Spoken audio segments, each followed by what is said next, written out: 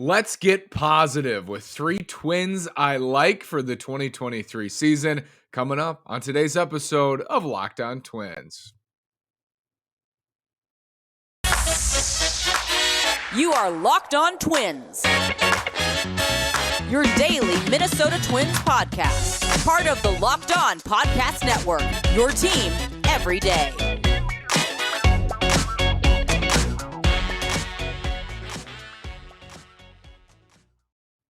And welcome to the Locked On Minnesota Twins podcast. Today is Wednesday, December 28th, and I'm your gracious host, Nash Walker. Thanks for making Locked On Twins your first listen every single day on the Locked On Podcast Network, where it's your team every day. Again, this is Nash Walker. 4 seasons, 4 off seasons, writing about the Twins at twinsdaily.com.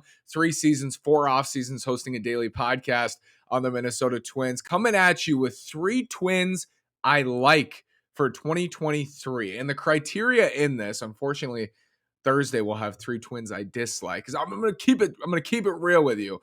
The criteria for this, I'm often not going to choose players who already had a good year in 2022. I'm going to pick players who might be under the radar, who might be showing signs that there's more in the tank that I sense are slept on or undervalued for the 2023 season. That doesn't mean they had to have a poor year. Like, this isn't a bounce back list. This is 3 twins I like who I think are going to be better than they were in 2022. And generally, I think are slept on as real factors and real assets for the 2023 season. I have 3 of them today. And I narrowed this down, and I was looking deeper. I was looking at StatCast metrics, batted ball data, expected metrics, how I watch the year. I watch 150 Twins games a year. My thoughts as I'm watching, obviously that factors into everything I do and say on this show. It's a mixture of both. It's the numbers, and it's like we hear the eye test, right? Watching the games. I have 3. I think all 3 of these guys are slept on as big time contributors for the 2023 Twins, health permitting. Some players I like generally, who I will always like and always be high on: Alex Kirilloff, Royce Lewis, who I've liked since they were prospects. It's hard to project them to be healthy. So there is this feeling here. I picked 3 guys who they don't have clean bills of health. One of them does, but 2 out of 3 don't have like clean bills of health.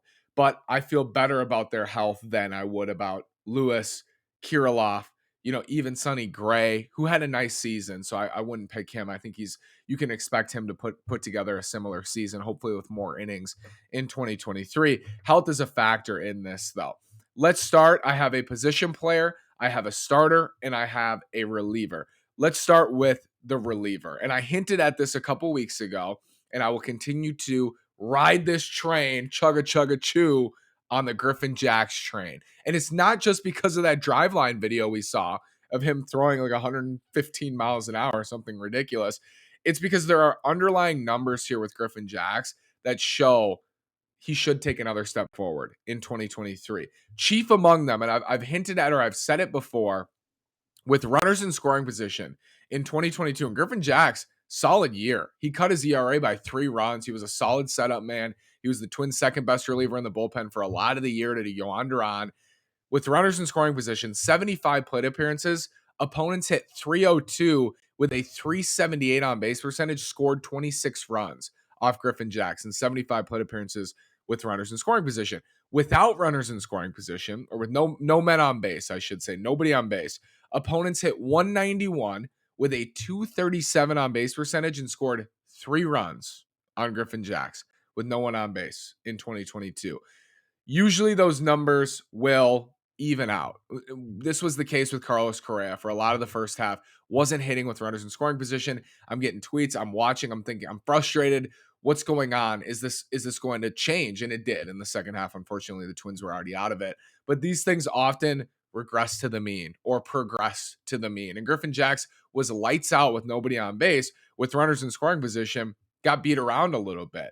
You could argue it's a higher pressure situation. He didn't pitch as well. And I think there's some truth to that, but opponents only slugged 397 in those spots. And to hit 302, slug 397, I think there's some bad fortune for Griffin Jax with runners in scoring position, and it's furthered by his expected ERA, which was 3.17. His actual ERA was 3.36. That's a pretty big difference. And the driveline video is pushing this for me. If you gain 3 miles an hour, and I think he gained like 2.8 on his fastball. I think he gained a clean 3 on his slider and a clean 3 on his changeup. His changeup was an awesome weapon for him as a tertiary weapon. If you gain 3 miles an hour in 1 year, who's to say you can't gain another or another or another? I think it can continue to grow. I don't think he's anywhere close to done as a finished product, as a bullpen weapon. Griffin Jax, 92, 93 as a starter. Now he's 90, 95, 96, reaching 97 in 1 year's time. Now he's at driveline, pumping it. I think Griffin Jax could turn into a relief ace in 2023. I'm like really bullish on him. And it's beyond the numbers, with the runners in scoring position without the expected ERA, the driveline video of him working his butt off this offseason. It's a year under his belt, getting comfortable in a new role. That it's downplayed. That is a huge adjustment to go from a starter to pitching high leverage relief innings, especially for a bullpen that was struggling. I think there's going to be less pressure on him because Theobar had such a nice second half, because Jorge Lopez is in the picture, because Jhoan Durán has emerged as one of the best relievers in baseball. Jorge Alcala is coming back. Griffin Jax, there's going to be less pressure, and I think that's going to help him gain confidence as a reliever in 2023. I think he grew a ton in 2022. I think there's more coming in 2023, and I think he's going to become one of the best setup men in the American League in 2023. I'm super bullish. The stuff is there. The results were solid, but the underlying results were better in 2022, and he's still growing as a pitcher. He's still working. I love Griffin Jax for 2023. I got a position player and a starter coming up for you after this word from betonline.net. Betonline.net is your number one source for sports betting info, stats, news, and analysis. Get the latest odds and trends for every professional and amateur league out there, from pro football to college bowl season to basketball. We've got it all at betonline.net. And if you've already listened to Locked On Twins today, you are. Thank you. And you're going to listen to Locked On Sports Day. You're going to listen to Locked On MLB with our friend Sully. Please call him Sully. He's the best. You can find more podcasts at BetOnline as well. They're always the fastest and the easiest way to get your betting info. You can head to the website today or use your mobile device to learn more. BetOnline is where the game starts. I prefer the bigger screen on a desktop or an iPad, but you can use it on your phone if you prefer your phone. I mean, a lot of people like to do everything on their phone. You can make bets, you can listen to podcasts, you can do whatever you're looking to do at betonline.net. They are your number one source for sports betting info, stats, news, and analysis. Head on over to betonline.net. It is where the game starts. Thank you for making Locked On Twins your first listen every day. Make sure to check out Locked On Sports today. The biggest stories around the sports world in 20 minutes or less, plus instant reactions, game recaps, and Locked On's take of the day. Locked On Sports today, available on YouTube and wherever you get your podcast. Number one was Griffin Jax, players I like, Twins I like for 2023. Second on this list, a position player, Jorge Polanco. Twins territory knows. If you're a Twins fan, obviously you know the name. He's the longest tenured Twin. You know he was an all-star in 2019. You know he was terrific in 2021, hit 33 home runs.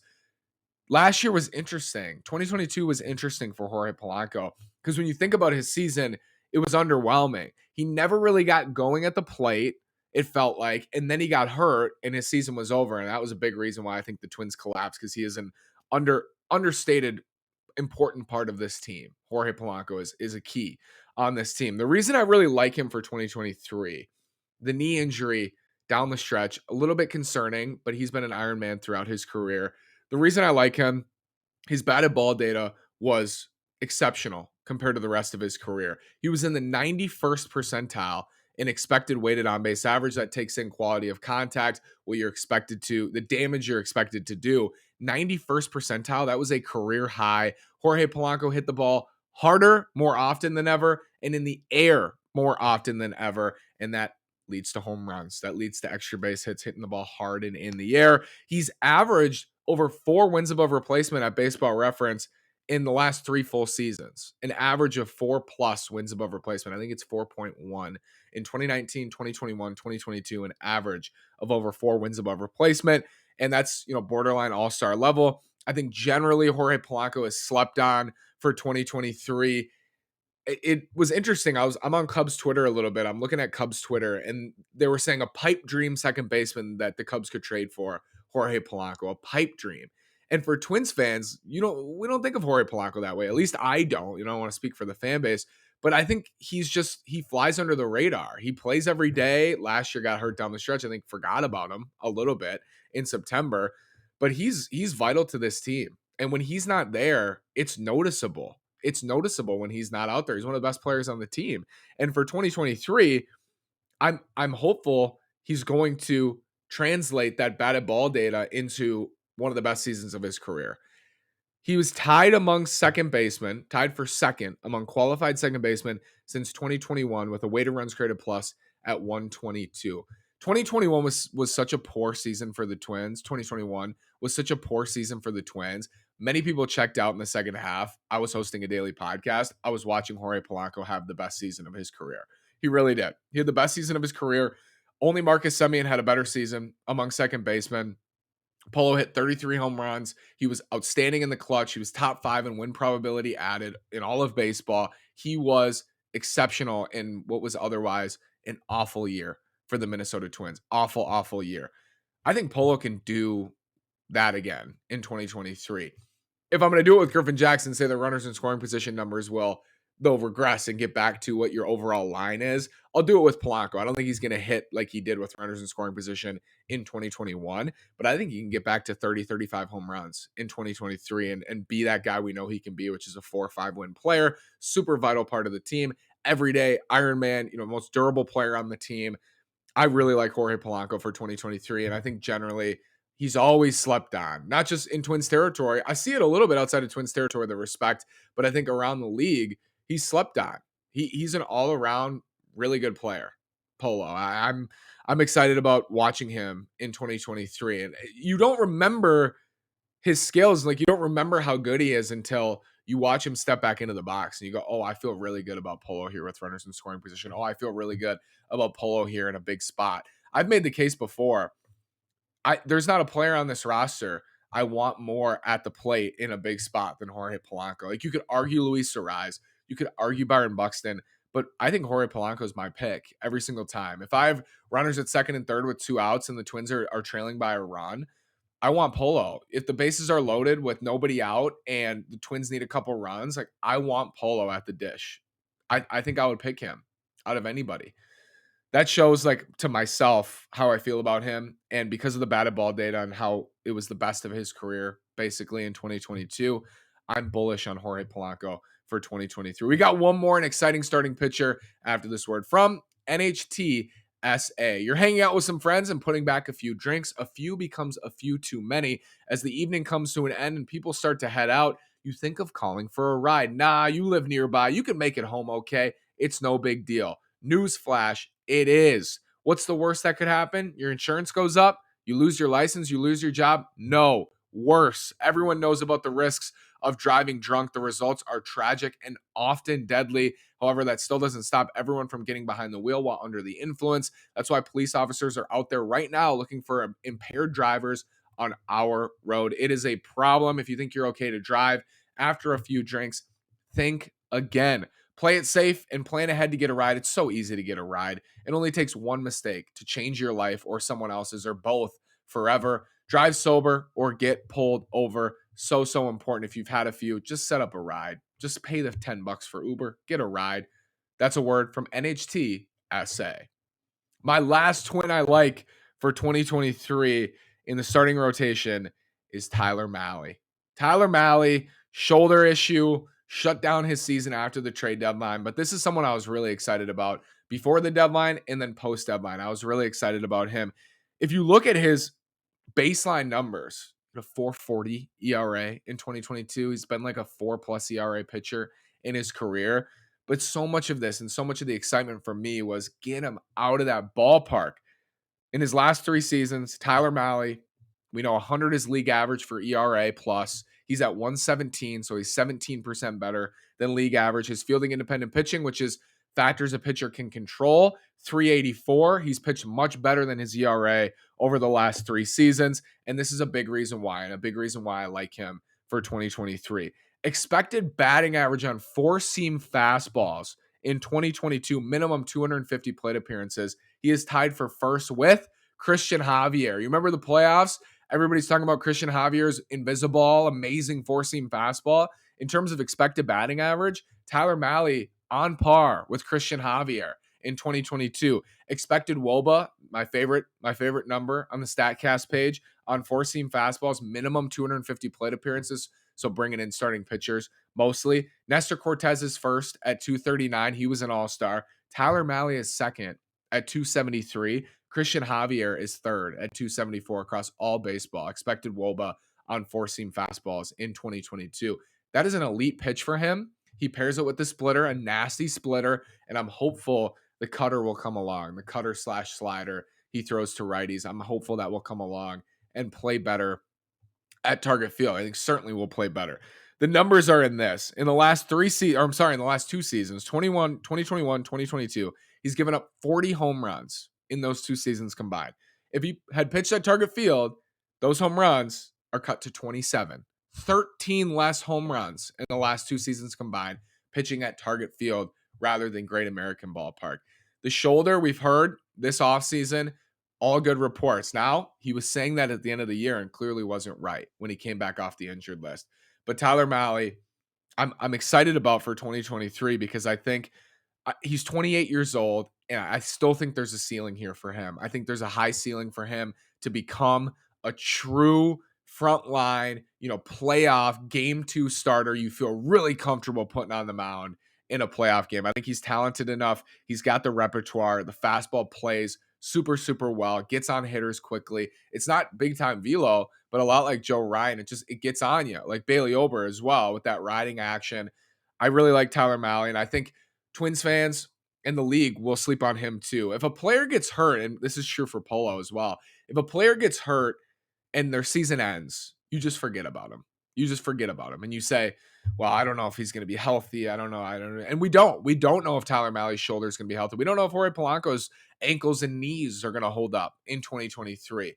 But if they do, I really, really like these guys. And I can't predict an injury. I can't predict whether someone's going to be healthy or not. I can take the information we have and say, I think it's more likely Alex Kirilloff and Royce Lewis miss a lot more time than Tyler Mahle and Jorge Polanco, based on reports you hear. Derek Falvey talking about Mahle, and he said Kirilloff is progressing well and Royce Lewis is progressing well.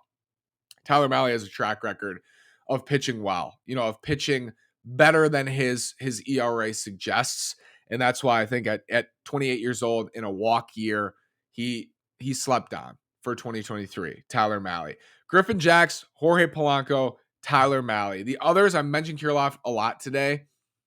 I want to put him on these lists. I'm going to have a breakout candidates list, my top 3 breakout picks, which is different. These are Twins I like. I like these Twins. I think these Twins are going to put up a really, really nice year. I think all 3 of these guys are undervalued for 2023 and looked over.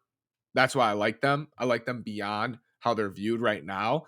Breakouts is more like I was describing earlier. You're coming off a poor year, a poor couple of years, or an injury-riddled year, but you're really talented, and I still believe you can break out in 2023. And if they do, then that's going to change the trajectory of the team. If Griffin Jax, Jorge Polanco, and Tyler Mahle have the seasons I think they're capable of having, that's going to change a lot of the outlook for 2023. Again, I think it's more likely Polanco and Mahle stay healthy than a Buxton, a Kirilloff, a Lewis, even a Sonny Gray. It's not guaranteed that they will. It's sort of like last year. When we talked about Buxton last year, we talked about the offseason last year. It was make it matter. That was my whole tagline. If Buxton does stay healthy, and they just extended him last year, you got to make it matter. Like he likely won't. And he didn't. He didn't stay healthy. But if he does, you're going to like it. And you got to make that matter with additions around him on the roster. With Jorge Polanco and Tyler Mahle, they might not stay healthy all year. They might not even have a complete season or close to it.